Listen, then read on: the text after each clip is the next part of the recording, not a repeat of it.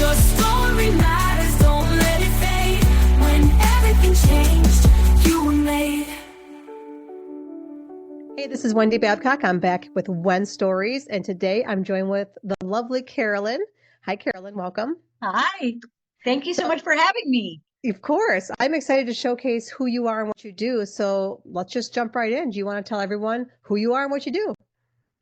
Well, my name is Carolyn Pistone, and I am a seven-figure business owner. And I'm not saying that because I want to brag about how much money I have, because if money was really important to me, I'd have a lot more of it. But because it's a rare milestone, especially for a woman business owner to hit. Yeah. Less than 1%, actually, of women business owners in this country hit that number. My company is called Clear Blue Commercial. We do commercial real estate. We're a certified green business, a certified woman-owned business, and a B Corp. And I like to say we are saving the planet using our real estate licenses. I love that. And it really encompasses a lot of who you are, like what you're passionate about, especially the green part. So you want to talk a little bit about that? Like, why is that important to you? And why is that part of your real estate business? Well, I like to say if you lose enough jobs, you get a great resume, and mine is particularly impressive. And what I have realized now that I'm closer to the end than the beginning of this multifaceted career is that my life's work has been the same regardless of what industry I'm in. And the fact is that for whatever reason, I am absolutely committed to making the world a better place. And what I found through commercial real estate, I like it a lot for a number of reasons. Number one, it's a huge driver of the world economy and the national economy. Also, all of your clients and all of your tenants all have businesses of their own. And so you get to be in everybody else's business, which who doesn't love that? Right. And I learn a lot about how interconnected we all are and how connected these buildings are with the ecosystem, with the community that they're in, and how much impact their opportunities for positive impact are huge, which is what really drove me. And other people may feel differently, but for me, climate change is the single biggest existential threat of our time.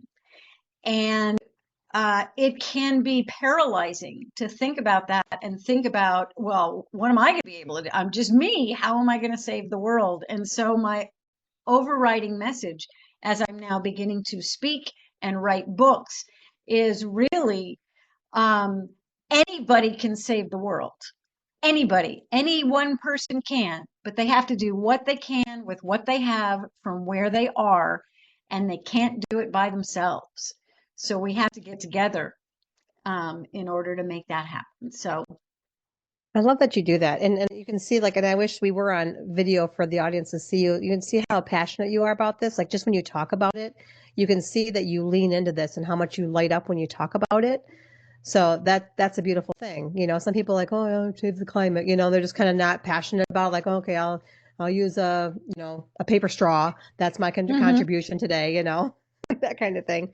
So and I know you're saying that this has been part of who you are for a long time, but was there any one moment where you're like, I have to do something? Did you have that one moment where it would, you know? well, I'm older now, so there's been a lot of moments where different things have happened. Yeah. There was definitely a moment, and I talked about this briefly in my When talk, where I was witness to a giant oil spill. Yeah. And I didn't cause it, Thankfully. but I was witness to it. I was in a high rise in San Francisco when an oil tanker hit the Bay Bridge, and I watched that tanker just spew its contents into the bay and I watched nothing really being done about that. And the tanker stayed there for 5 days Wow. basically until it had emptied itself. And in the meantime, there's all this stuff going on around it. There's all these other ships that are coming in and out and dragging that oil slick everywhere. And it really made me feel like, um, as humans, and I say this in my talk, as humans, we place ourselves above the planet, above the plants and the animals and everything else. But then when I saw that in that moment, I realized we are putting commerce above all else. Yeah. And that, which is not even a real thing. Mm-hmm. And that was sort of the beginning of, I want to do something about this in my work. And a lot of people think that I go to work and I do my job, and then I do philanthropy, or I donate, or I volunteer, and that's something that's separate from my work life. And for me, I don't know about you, but I spend a lot of time at work, the bulk of my life. That's why they call it my life's work. Mm-hmm. If I'm going to spend the bulk of my life in some sort of endeavor, I'm going to make sure that I'm doing good with that work, and that I'm engaged in something I'm passionate about, and that I'm able to engage the people who work for me and with me, um, in expanding our collective impact. Right. And the reason why, and I knew you talked about it in your talk, of course, and those of you listening, Carolyn's story will play after this interview, so stay tuned after this, and her one story will play afterwards. But I felt it was an important piece to pull out of the story that you tell in there, because it is just a small portion of it, because it's worth repeating, right? Because yes, you're one person, but for what you've contributed back and how much money you've saved, and it's a big accomplishment, and you're one person. And so you're proof of, when you put the effort forward, you can elicit a change, one person at a time. And that's how the collective then makes a bigger change, and you're probably going to inspire somebody, and I'm sure you have inspired many people by example. Well, if you've ever heard the phrase, you can't improve what you don't measure, one of the lessons I learned when we became a B Corp, which, by the way, is an exhaustive process, because they really, and for those of you that don't know, in a B Corp, you have to, in your company, you have to have a higher set of goals than just return to your shareholders. So you have to be doing something towards environmental improvement, social justice, community involvement, these kinds of things. And what we found when we were doing this, we thought it would be so hard to do, but what we actually did is we just documented everything we were doing anyway. And then we started measuring it year over year to track our improvement. And because of that, first of all, it gets everybody on board, gets people really excited. Mm-hmm. When you have a scorecard, you want the score to get better and better and better. And but it was wonderful to look at. We were committed to the way we treat people and the way we treat the planet and what we invest in, what our supply chain is. We were already committed to all of those things. And then when we started documenting it and then sharing it, within the company and then outside of the company, because it's nice to have something to brag about. Right. That really has inspired everybody on our team and everybody outside of our team to want to share what they're doing. And it's very uplifting, especially in dark times. Yeah, I 100% agree. And I think, everyone's like, oh, you shouldn't talk about the good you do. But I'm like, no, because it's contagious. You need to talk about it, because that's how other people get inspired. They may not have thought of that way to give back or to do a kindness or whatever it looks like, and so I think it inspires more people to come out and say, oh, I didn't think of doing that. Like, I could totally do that. I could also contribute. I could make the world a better place by, fill in the blank, whatever it is. So, so I'm glad you brought that up in your one story. So let's talk about that briefly too. So, in telling your one story, of course, you're a professional, right? So what is it like then to come on stage and share these deeply personal moments, about yourself? And of course, it leads into what you do, but what was that like for you? Um, it, uh, in retrospect, it was incredibly empowering and uplifting. And when we were talking before on this, it's made me feel like vulnerability is a superpower. Yeah. Um, when I was doing it, and you'll see, I do talk a little bit about my ex-husband in it, and I was very sensitive to that because I said it briefly that this is not a story about what a bad guy my ex-husband is. Yep. What it really was a story about was how had I set up a situation where I was so debilitated I couldn't even walk and there was nobody to take care of me. Yeah. And part of it was because, and we've all got childhood wounds. Part of it was because I believed I was unlovable, because I believed that I was shameful. Um, I thought the only way I could get somebody to love me was to make them completely dependent on me. I have to take care of everything.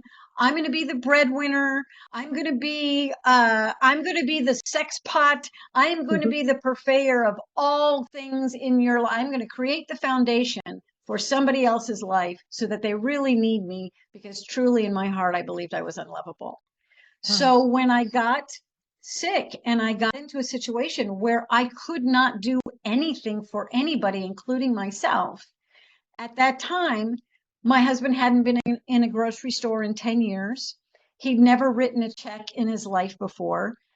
It probably never occurred to him that I had needs at all Right. because my whole life was about making the world a better place for him so that I would have his love. Now, what I have learned since, and I have known my ex-husband now for 40 plus years, Wow.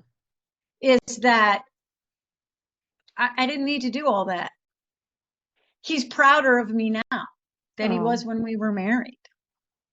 Um, and and what I realize is he really does know me, and he really did love me, and does love me. yeah. Marriage wasn't the right relationship with us because he had his own childhood things that he was Right. working out in his relation, and he needed nurturing. Right. I remember when I met him at a party. I saw him across the crowded room, and he was holding court. And I remember looking at him and thinking, I am just what this guy needs. And I love it. which is and young people, that is not the way to choose a mate. Right. But I was right. And we brought each other to the next level, and I don't think either one of us regret that marriage. Right. But I love it because there's an element of responsibility that you took on stage about it. Like this isn't about him. This is not just it's not calling him a bad person. It's like taking the responsibility of what you built, right? We treat people or we train people how to treat us. Yes. And that's what really happens. So, and then on the flip side of doing your one story, then you said, like vulnerability is your superpower. So, has that looked different now for you since doing your one story? Like, do you move differently through life at all or? I think I'm connected to people on a deeper level, even Okay. people I've just met. Oh, wow. Um, because uh because we all are our most vulnerable selves. We're Yeah. not the suit of armor that we wear. Yeah. And that suit of armor only gets us this much success. The truth is, in order to be able to move through the world and really make a difference, you have to take off that suit of armor so that you can embrace, so that you can cultivate, so that you can nurture, so that you can do all of the things that you want to do in the world. You have to be vulnerable. You have to take off that suit of armor. Otherwise, you're going to be lonely, lonerness. Yep. If that's not a mic drop moment, I don't know what is. Everything you just said, like that's a soundbite right in and itself there. Um, So for anyone who's listening, of course, like I said, Carolyn's story is going to play next. But if anyone wants to get a hold of you, get in touch with you, talk to you about bringing you in to speak, what's the best way for them to get a hold of you? Well, I have a website, carolynpistone.com, Perfect. and it's got all my speaker connections. My One Talk is on it. My books are on it. Or you can email me anytime, and I'm Carolyn Pistone at clearbluecommercial.com. Love it. And everything will be in the show notes. So just go ahead and look down below and reach out to Carolyn. Bring her in for your organization, to speak. Please. Yeah. And she's a phenomenal speaker. You'll see that in her one story. So yeah, reach out to Carolyn. So thanks so much, Carolyn, for being on the podcast. You bet. Thank you, Wendy, for all that you do Thank you. and all that you are. Oh, I appreciate that so much. So next up is Carolyn's When story. Your story matters, don't let it fade. When everything changed, you were made. Everything changed when I learned to walk again. And I was 32 years old. I was 9 years into my first marriage. My husband and I had just moved to a new city because we had both just been accepted into a very competitive master's degree program.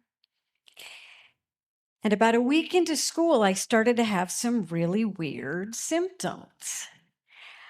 I had weird tingling pain and numbness in my extremities and in my spine. I started to feel weak, and I would go to put something on a shelf and it would just fall out of my hand. Or I would turn quickly to go somewhere and I would just topple over. Now, since we had just moved to a new city, we didn't have a favorite restaurant, we didn't have a dentist, we didn't have a bank, and we didn't have a doctor. So I went to the student health center and I waited in line for over an hour till I finally got to see what appeared to me to be a 12-year-old doctor with a 3-day growth of beard. And he listened to my heart and took my temperature, looked at my eyes and ears and said, everybody gets sick the first couple of weeks at a new school. So go home, get some rest, take some Tylenol. If you're not better in a week, come back. Well, I was a grown woman at this point, and I knew my body. And I also knew I was getting much worse very quickly, and I was back the next day. And I explained to him, no, there's a serious problem and I don't know what it is. Could you give me a more thorough exam? So he grudgingly said yes. And when it was time to check my patellar tendon reflex, which anybody who's ever been to the doctor knows it's when they hit your knee with a little hammer, there were no reflexes at all, nothing. And he says to me, really accusatory, well, did you have them before? And I'm like, ha, ha, ha, joke's on you. No. So he was able to get me in to see a neurologist very quickly. And after a series of really difficult tests, I was diagnosed with something called Guillain-Barré syndrome. Now, the way they diagnose this is by ruling out everything else. And all the everything else that they're ruling out is just awful. You have fast-growing brain tumor, some sort of spinal cord impingement, early onset, fast developing lupus, all things, MS. Now, Guillain-Barré syndrome was relatively new at that point.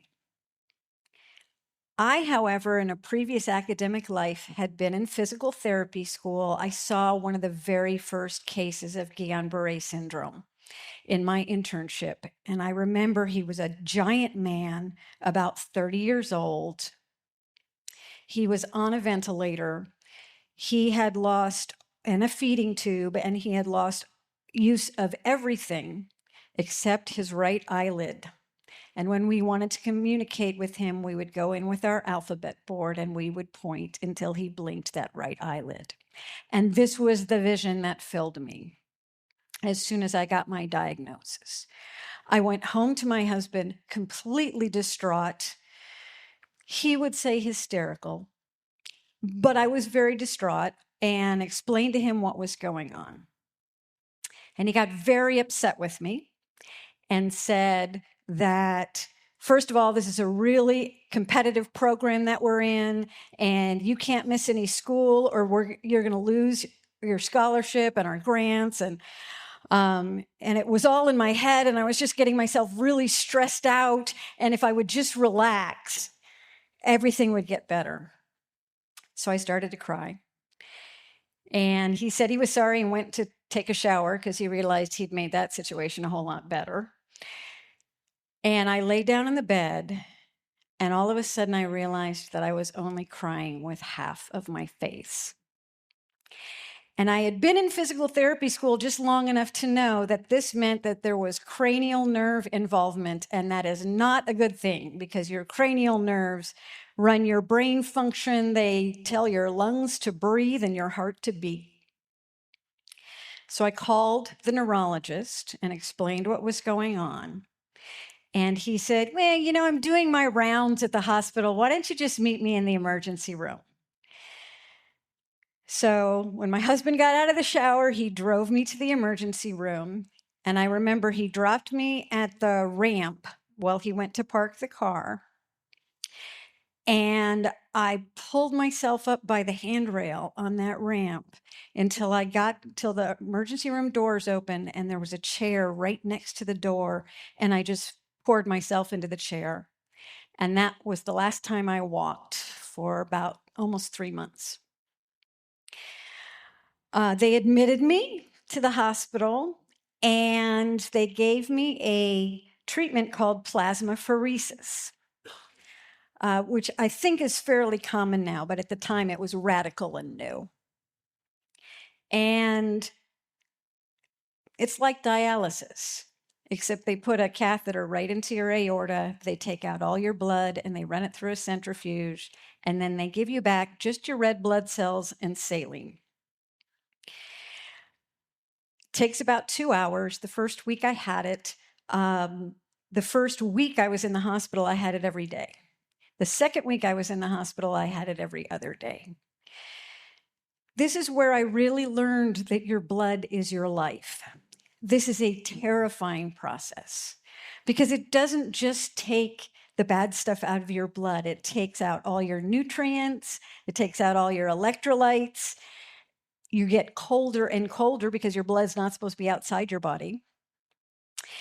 And most importantly, it takes out all your pain medication. So as this is happening, I'm getting colder and colder, and it's getting more and more painful. Now, I'm still grateful for this process. It did save my life. I didn't realize how endangered I was, but I was about 12 hours away from going on a respirator. And you could see when it started to turn around, all of a sudden I saw all the doctors and nurses suddenly going, oh, thank God. So then I realized I was going to have to go home. I went home. My husband picked me up once again, dropped me at the bottom of the stairs to our second-story apartment, and went back to school to work on a project. And I pulled myself up the stairs, and actually I was crawling on all fours up the stairs, landed on the futon right inside our door, and I lived on that futon for a couple of months. And I found myself having to say things to my husband like, I know you fed me yesterday, but I really need to eat again today. Or I can't lift my hands above my shoulders and no one has washed my hair for 6 weeks. Would you please help me? And one day I was sitting on that futon and he came home. He'd gotten a burrito at the cafeteria and he was working on some stuff and sitting at the dining room table. And the thing is, even though physically I was pretty disabled, I was still all there mentally and I was pissed. And I decide I'm going to make myself something to eat.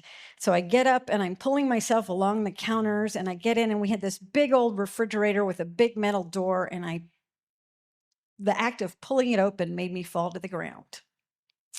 Now, there had been no housekeeping going on, especially since I got sick, and our apartment had become infested with ants. So as I try to get up from my hands and knees, I look and my hands are black with ants.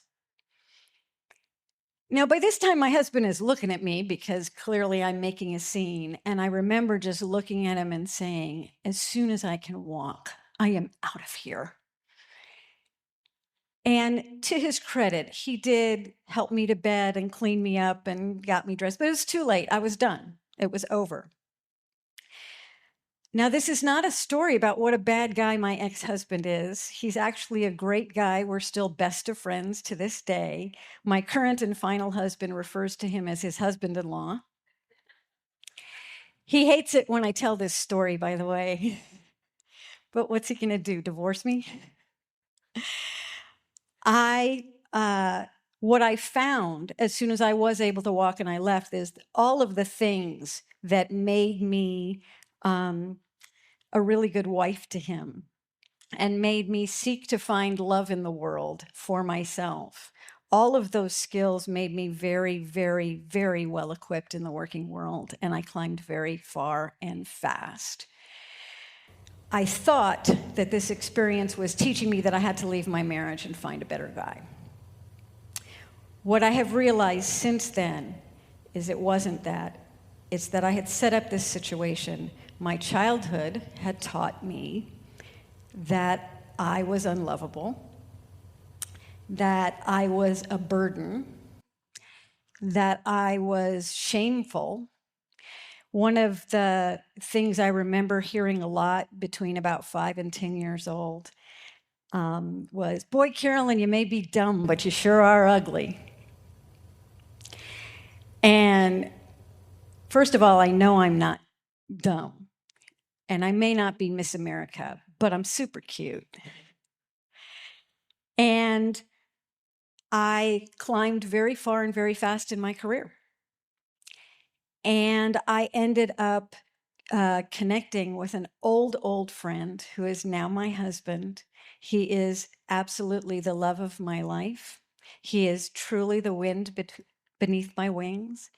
Because of him, I know what it is to be cherished. So we lived happily ever after the end. Well, not exactly. I like to say if you lose enough jobs, you get a great resume, and mine is particularly impressive. I found I was a little bit unmanageable because I was always running into my boss's office going, I have a great idea. We should do this. And I always got the thank you very much. Please go back to your desk and do your job.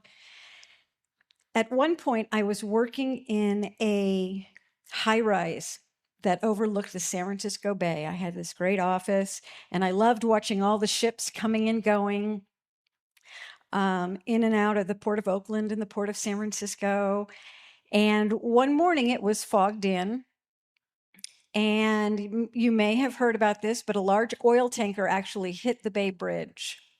And when the fog lifted, it had moved out of the shipping lane and was leaning over, just spewing its contents everywhere. And still, I'm watching all of these ships coming in and out and dragging that oil slick through the whole bay, out into the Pacific Ocean, up and down the coast. And I remember thinking, if I had brought home my groceries and dropped a bottle of olive oil at my front door, I would stop everything, I would block it off, I would clean it up, and then I would let everybody come in and out. And I realized there was no mechanism to do that in the San Francisco Bay. That Golden Gate, not a real gate. And I thought, as humans, we put ourselves above the plants and the animals and the earth. But now what I was seeing was evidence that we were putting commerce above all else, even humanity.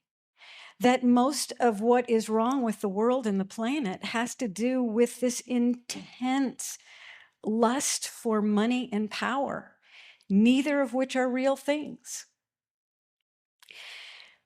A little while later, I was in a particularly trying time in my life. I had my husband and I had adopted 2 children who were both in serious crisis. My mother was dying. My husband was having a big medical crisis. We were in bankruptcy and foreclosure. And I had been unemployed for 3 years, by the way. I was still getting up every morning and putting on my power suit and my heels, and I went to a big conference at a local golf club. Now, it had been raining for 50 days straight, and there was nothing but flooding and mudslides and all kinds of things on the news. As the conference wrapped up, I stayed behind because I really wasn't anxious to wade out into the parking lot. So I pulled my coat around me and tucked my stuff under, and I stepped out into the parking lot, and all of a sudden, the clouds parted and the sun shone. And as if on cue, the birds started singing, and I felt something. I felt loved. And I realized that the sun was not shining on me because of my great credit rating, or because of what the scale said, or because I was Mother of the Year. The sun was shining on me because I exist. And in that moment, I realized that I am a bold, brilliant, beautiful creation of a God that loves me. And so is everything else. And so is everybody else. Because I am so unmanageable, I ended up having to form my own company on about 30 days notice with no money and no credit. But with that company, number one, I've been able to employ amazing people. We've done amazing work. We are not in the sustainability business, but we are a B Corp and we are a certified green business. And through our efforts alone in our tiny community, we have saved over 30 million gallons of water. We have also diverted 3.3 million pounds of carbon from our atmosphere. And we have also saved the taxpayers over $1 million in energy costs. So if you're a taxpayer in the state of California, you are welcome. I say this because I was often, when I would run into my manager's office and say, I've got a great idea, I was always told, you cannot save the world, Carolyn. You cannot save the world. And what I want to say to all of you, don't listen when anybody tells you that you cannot save the world. You can. You just can't do it alone. Thank you. Your story